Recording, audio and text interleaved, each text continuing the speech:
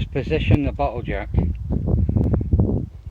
under the hitch after jacking the car up, moving the wheel, and then just lower the jack, lower the trolley jack, and let the weight of the car, it broke the bead.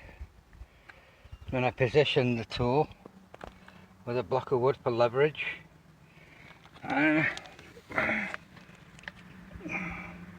what came out.